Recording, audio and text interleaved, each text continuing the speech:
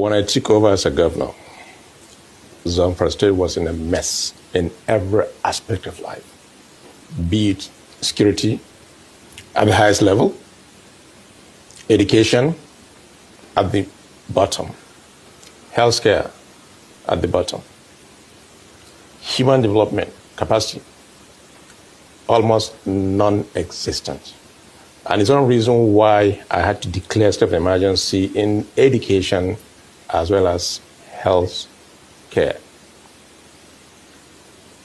Remember, when I took over, there was nothing in our treasury. So many debts. Nothing in the treasury? Nothing. I only inherited So you're saying Matali left nothing there? I only inherited 4 million naira. The records are there, with all sort of liabilities, ranging from backlog of salaries, 4.5 months, judiciary owing 1.6 billion, WAEC 1.6 billion, NACO 1.4 billion, and so many other challenges which I had to face head on. The first thing I did was declare the backlog of those salaries. I had to make sure I went into some kind of agreement with WAEC as well as NACO so that our children can sit for WAEC and NACO. And not only that, to also be able to get some of those certificates, the one they wrote in the past, that they were not able to collect because of non-payment. There was not a single drop of water for 5 months in Zamfara State when I took over. And we were able to solve that in just 3 days. So, in fact, the liabilities is unbelievable. But as a leader, I had to find a way to be able to take care of that. Let me remind you, Rafai, when I took over, the salary of a civil servant in Zamfara State was 7,000 naira. Just 7,000 across the state and local governments.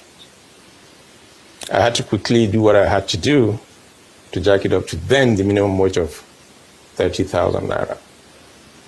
Not only that, since 2011, pensioners were not paid to the tune of 16.5 billion, which I was able to settle everybody as at last month.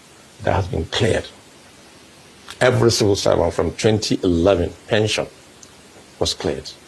And we're now paying the 70,000 minimum wage. Now, let's go back to education. When I declare state of emergency in education, it has to be holistic. If you look at the condition of our schools at the time, it's unbelievable. So as we speak now, we're able to turn things around. We have renovated over 400 schools, fully renovated, furnished, across all the 40 local governments of the state. We've settled NACO, we've settled WAEC, and other liabilities, like scholarship. We're able to settle our student in Sudan. We're able to settle our student in India. And we're now in the process of finalizing Cyprus. Okay. This is what we're doing in education. So